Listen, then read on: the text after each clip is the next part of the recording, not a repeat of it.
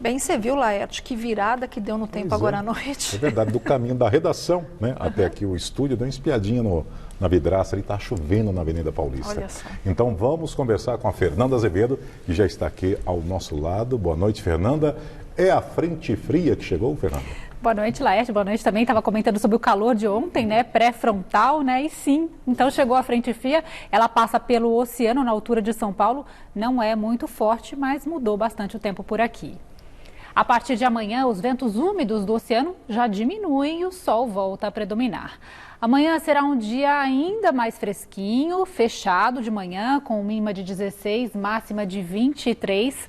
Na quarta, os termômetros já sobem para os 27 graus e na quinta, chegando aos 29.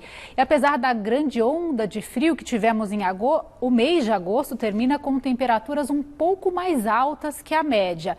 E choveu mais do que o esperado também. Vamos ver como o mês fecha no nosso principal reservatório de água, aqui o Cantareira, que no primeiro dia de agosto estava com 52,2% da capacidade e hoje então fechando mais baixo com 47,9%.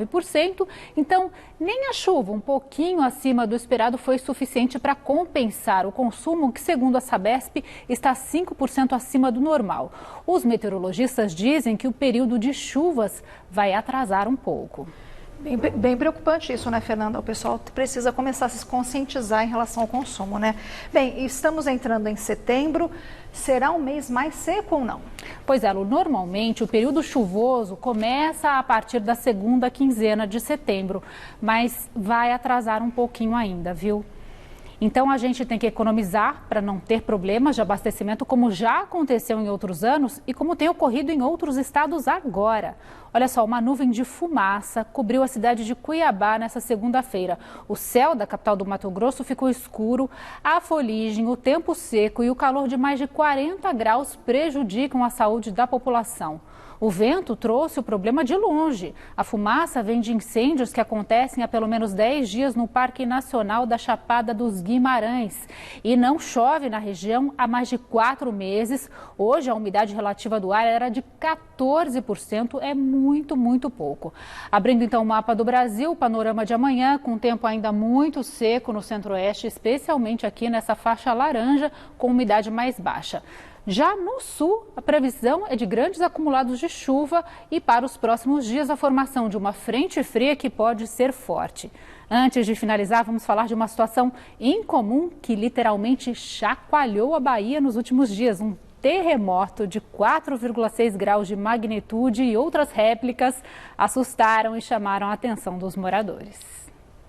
No mercadinho, produtos foram jogados da prateleira. O primeiro tremor aconteceu na manhã de domingo e foi sentido em várias cidades do recôncavo baiano, até mesmo em bairros de Salvador.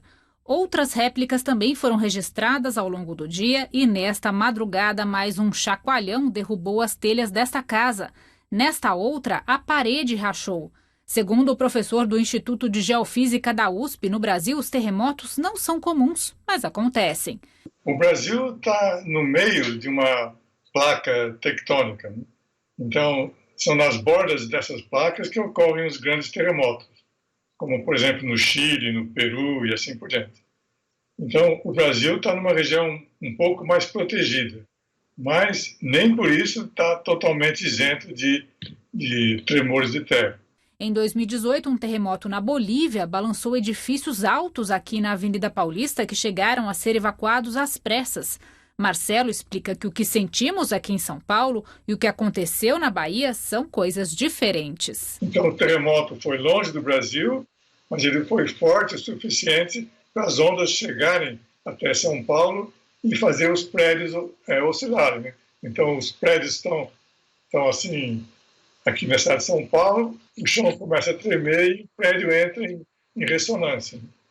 Já esse de ontem, o foco do tremor foi na Bahia mesmo. O tremor mais intenso do fim de semana na Bahia foi de 4,6 graus.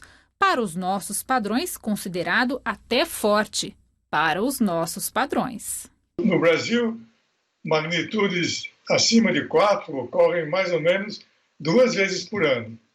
Então, esse é um dos poucos que, por acaso, ocorreu numa região muito habitada e as pessoas sentiram. Tremores de magnitude 4 e pouco, no Chile, por exemplo, todo dia tem algum. Temos aí um cardápio muito variado para falar da natureza brasileira, não é mesmo? De tédio, a gente não sofre nessa editoria, Luiz Laerte. É verdade, a previsão do tempo sempre rende muito assunto, principalmente no elevador, né? Obrigada, Fernanda. Boa noite. Boa noite.